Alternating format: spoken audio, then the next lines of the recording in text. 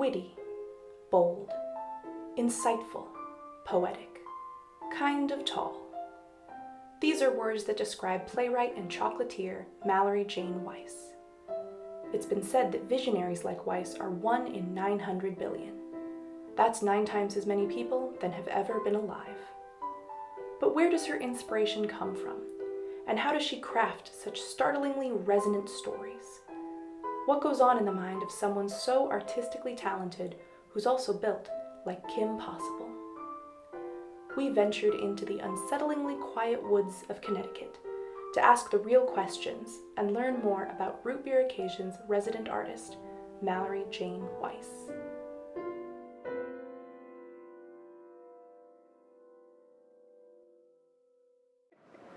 Hello, I'm Brandy Collier. And I'm Jessie Fields. And we are here with the incomparable Mallory Jane Weiss. Look at her. Look at her. Look at her. She's gorgeous. We are here to talk about a fun project we have coming up, which is a series of classes led by the very same woman you see sitting right here. What a coincidence, right? But here we are. So we wanted to sit down with her, ask her some questions, and so y'all can get to know her.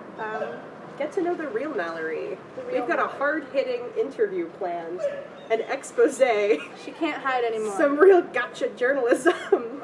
So buckle up. We do gotcha. Sit back. Mallory, tell us about your relationship to theater. I really discovered playwriting my senior year of high school, and then because I was entering a contest, and I wrote a play called Broken Hearts Risotto Tarts, and the whole thing rhymed. And yes. are the rights of Vin for us? Yes. Risotto Tarts was like a big meal at my high school. Like, we were like, oh, the risotto tarts. I see. Rich people. What Yeah, a right. So I guess that kind of answers. I was going to ask, what's your earliest theater memory? We saw, as a family, we went to see Captain Louie. Do you know Captain Louie? You're about to love Captain Louie. I love the name. It was a children's show that adults should revive this. And it was about a kid who had just moved to a new town around Halloween, and he didn't have any friends yet, and he had this little red plane, and he traveled back in his little red plane, in his imagination, to his old neighborhood, and he got to see his friends, and they sang songs. It was great. I listened to the soundtrack like all the time. Aw. So Mallory, let me ask you this hard-hitting question. When did you realize that you were like the most talented living playwright? Was it always? Was it since you were born? I think it's strongly related to when I met the two of you. I always knew I wanted to write, and for as long as I can remember, and I used to have a little family newspaper called the Weiss Weekly when I was a little child. God. But the hard-hitting news was that they changed the channels on the television. Like, Disney Channel was no longer 31 or whatever it was. That's traumatic. And I feel like the world needed to know. We had it in our basement. That was like a big influence in my life, the Disney Channel. In the basement. Different channels in the basement. Yes, and it was important. Yeah, absolutely. But it was very important because Disney Channel original movies are kind of my bread and butter. Yeah. And my lifeblood, exactly. Now we're getting into some of the better questions. I'm ready. Thank God. Yeah, we're done with that theater crap. This is a question that I've recently heard on a program hosted by Jonathan Frakes. Can you remember the tallest man you've ever seen? Can you, Mallory? Answer the question. Yeah. Deflecting. Yes? I definitely can. The basketball coach at the high school that I went to was in the NBA. Oh, there you go. He was very tall. What was his name? Well, we called him Mr. Benjamin, Coach Benjamin. What was his? No, this is like, I was a kid. What team was he and on? he was the tallest person I'd ever seen. I call him whatever they tell me to call him. Okay, Mallory allegedly knew an NBA player. Yeah. While we're on the topic of hard-hitting questions, Mallory, do you believe in ghosts? Yes. Ryan says it's better to believe in ghosts because if you say you don't believe in them, you're just asking to be haunted. I agree with that. But I definitely believe Me and Brandy agree with that. I believe in ghosts. I believe in ghosts, And I haven't ever seen one, but weird stuff has happened. In 7th grade, we went on a class trip to Gettysburg. It was never the same after that. We took a ghost tour. It's With educational. children. You had to learn. No, What we stood in the middle of a battlefield. Yeah, that's... At night. to feel like Because the it's ghosts of Gettysburg. soldiers. Yes. How have those Civil War soldiers affected your writing? Well, I do think, like, in my plays, I do try to open up the world to the supernatural. We live in a world where randomness and coincidence and freaky weird shit exists, and we just kind of, like, accept it. We don't look too closely into it, and so I think that sometimes in theater we feel like, oh, but that would never happen, or like, but what's the cause and effect there? I'm like, Shut up. like you get the hiccups for no reason. So God, that's sometimes so that true. happens. I mean, I'm sure there's a scientific reason, but No, it's completely arbitrary. It's a punishment from the Gettysburg ghosts. Exactly, but there are plenty of weird things that you can't explain, but we kind of accept as true. And I like the idea that people created myths to try to like understand these things, and so in my plays I always feel like I'm creating like my own little myths. Who is Ryan that you keep mentioning? Who is this Ryan? Yeah. Have I ever even seen him? Perhaps in a play? You've seen him in Root Beer Occasions Inside Siberia. Oh my God. He played Cole. He's the one that you wanted to kill.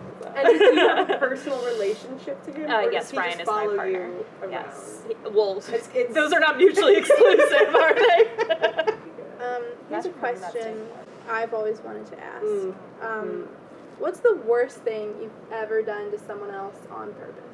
Oh, no. The thing that I feel the worst about.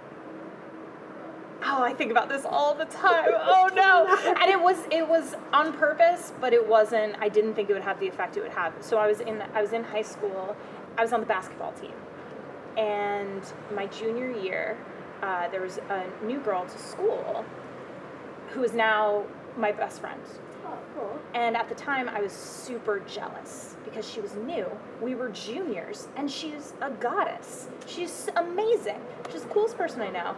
And she's somewhat of the inspiration for Blue in Hell from on High. She's absolutely just the most astounding This just became woman. the most important anecdote you've said. And but she was trying out for the basketball team, having like never played basketball. And but she had her. like spunk and attitude. But the coach asked me, because I was the captain, whether I thought she should make the team. And I said no. And she didn't. And I'm like, here's the thing. One, if you're an adult, I have to believe, and this is to ease my own guilt, I have to believe she had strong enough feelings about who should make the team or not, that my opinion did not have that much influence. Yes. But I sometimes think about what would have just happened if I had said yes. Well, did you win that season? No, we were terrible always. So Mallory, Yes. what is something you've done that you never thought you'd have the courage to do, but you did it? Ooh. I ran a marathon. And A physical This is thing. why we're scared of you. Tell us about running a Yeah, go marathon. back Yeah. to the Is marathon. it- I know I immediately dumped all over I know, I'm like, let me think of something Sorry. else. But I ran the Boston Marathon in 2017, and it was amazing. What does it Yeah. feel like? It's- Do you get bored? There are so many people watching and running it, and it's so weird to think about now because we're in the middle of like not seeing anyone. But like I had my name on my arm, and so everyone's just yelling, "Go Mal!" And I'm like, this is so stressful. Everyone wants me to keep running, and I just am so tired. So I crossed the finish line, and all of a sudden my body just stopped. Oh my god. And I was weeping because you don't know what to do with everything. And then I found the sign that said W, and I just sat on the curb like this. Mallory did that and lived, so Yeah. again, to run 20 miles not knowing the way back. Make it. That's how I would Yeah. die. That's the story of my death one day when I try to emulate you. That is You're how like the I plan original to marathon die. runner who Just died. And yet they were like, this is a good idea. Something that I focus my life on is, as the human experience, is conquering emotions. that's true about Brandy. That's just objectively very true. Two that I'm Pirate still working on are fear, and the big one is embarrassment. So I want to ask you, like, what embarrasses you and what scares you? I think a lot of my embarrassment early on had to do with boys. I remember volunteering to work with this boy that I had a crush on, like in first grade. I thought we were all like calling out the partners that we wanted to be partnered with, and I was the only one who said anything. And so I just like was like, yeah, I haven't worked with enter name here. What's his name? And well, I can't remember who I was thinking about. That's why I realized it was a long time ago. But no one else said anything, and I was like, well, I'm gonna die now. Throw it to the floor. I really feel you on the boys and relationship thing. I'm usually very suave. Short. Until I Charming actually. as hell. Yeah. Thank you. Until I actually am attracted to someone, and then I become what I imagine an inverted pigeon would behave like. Tell us pigeon more about who's inverted been turned pigeons. inside out. Like inside out. Yeah, guts out is how I imagine that pigeon would act. Is how I behave. Totally. But That's this is kind not of about. hardcore, though. That's really not embarrassing. That's just sort of wow. It's not attractive, I'll tell you that. But this is not about me. But the thing I want to say about that is because your plays are so smooth.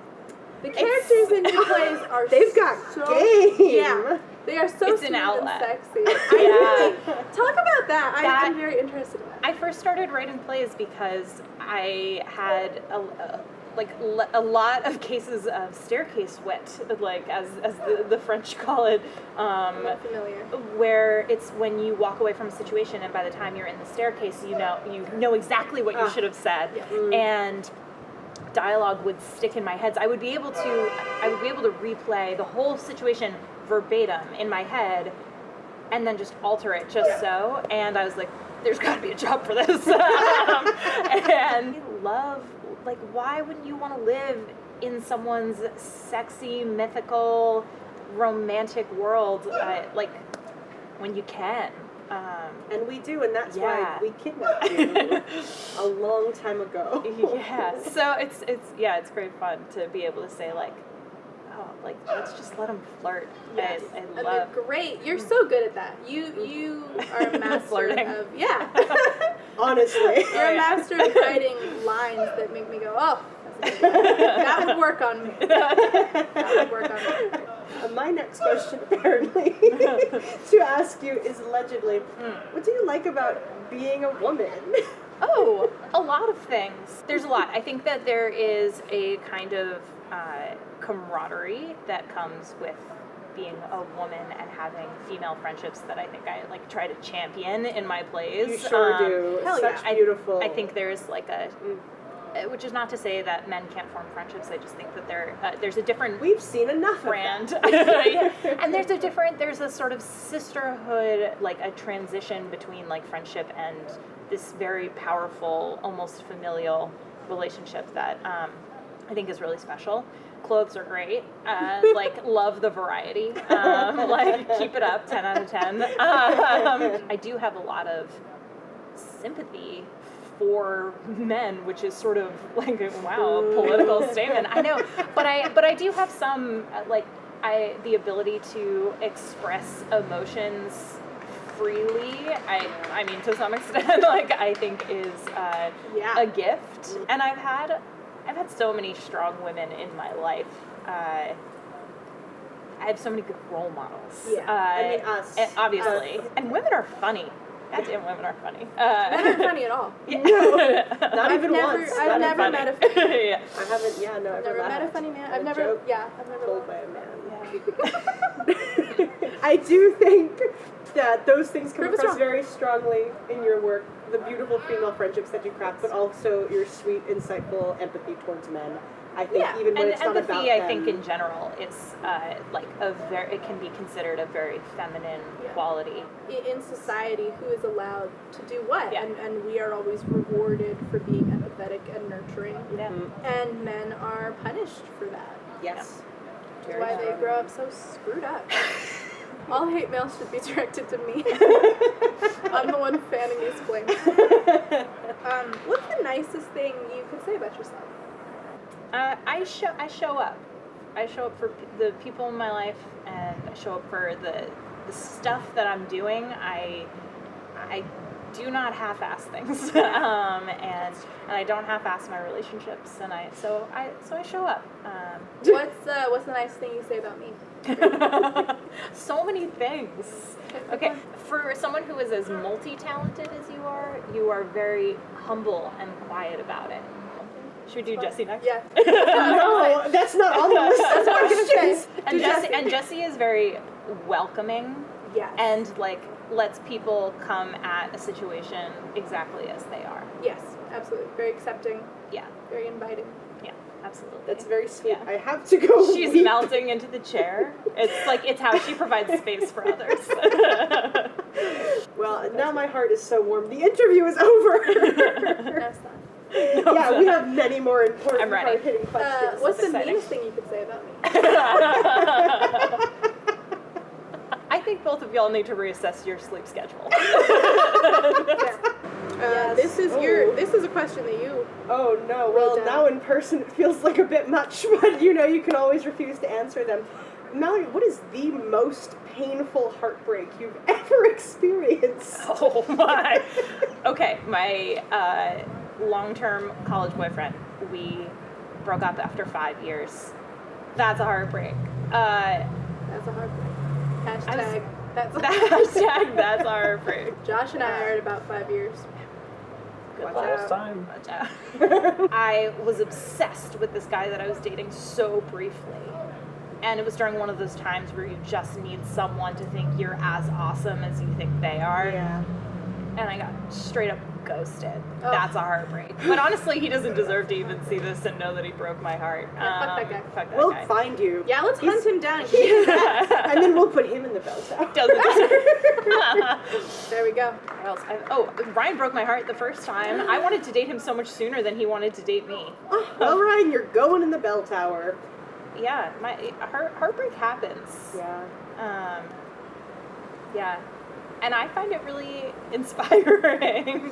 We can tell. But I don't really write from a place of sadness. Like I tend to write toward the joy. Yeah, I mean, something about your writing that I am impressed and dazzled by is your ability to write loneliness and heartbreak in a way that feels human and very relatable and yet not, woeful.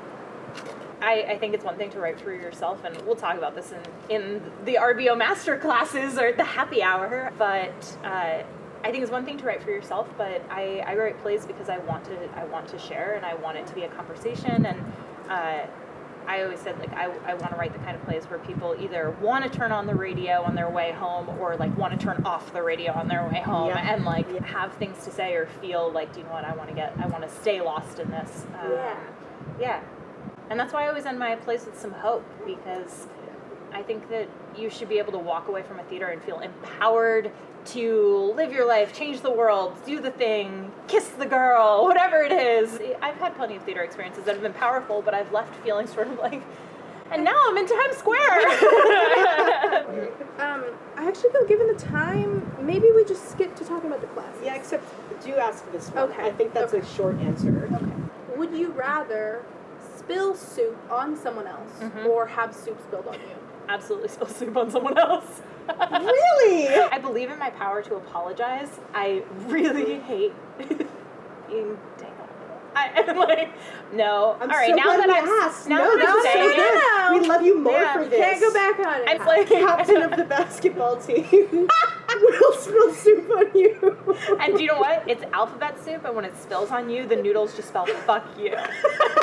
Yeah, you were right. We had to ask that because I didn't know she was insane. More soup was one of my 2020 resolutions. More soup. Love it. Yeah, it's come back to haunt me though, because I go to the deli, I walk in, I just go, order anything that's not soup. Just order anything that's not soup. I walk in, she goes, what do you want? Like, immediately. And I was like, soup? And she goes, okay, large or small? And in my head I went, tell her no soup. Or say small soup and a sandwich. And then I go, large. And she goes, are you sure? And I hesitate because I don't want soup. And she goes, do you want to see the sizes? And I say, yes. She pulls out 2 containers and I say, large. I'm a large soup kind of gal. Direct quote, because I'm embarrassing. She pours me a large Italian wedding soup, great soup, and she says, would you like anything else? And I say, no. I get to the counter to check out, and they say, anything else? Just the soup? And I say, just the soup. I walk out with soup.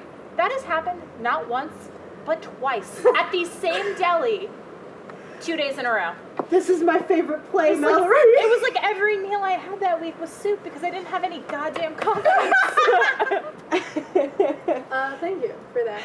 Nothing can top that, so all the other questions are canceled except for the pertinent ones. Yeah, we want to talk a little bit more about the happy hour. Great. Which is allegedly what this interview was about. Yes. Tell us about the happy hour.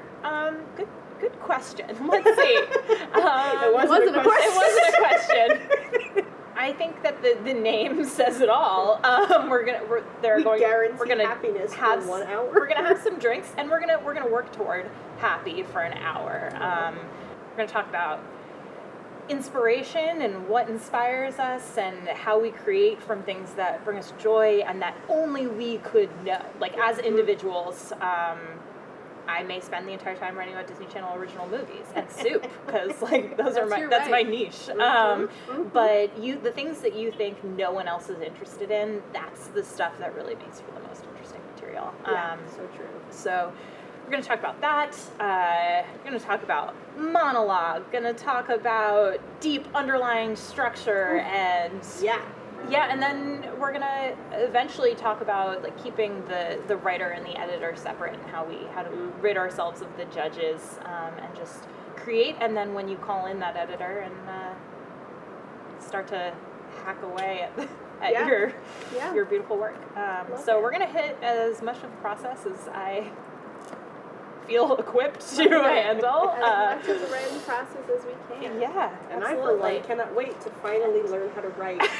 Finally. And you do not need to be a playwright. You do not need to be a theater person. You could be someone who enjoys a drink and something pretty to look at. That's right. That's right. It'll be a chance for us to sort of get outside of time a little bit and write what we're feeling moved to write. Come to Mallory's And classes. If you don't want to write, you also don't have to do that.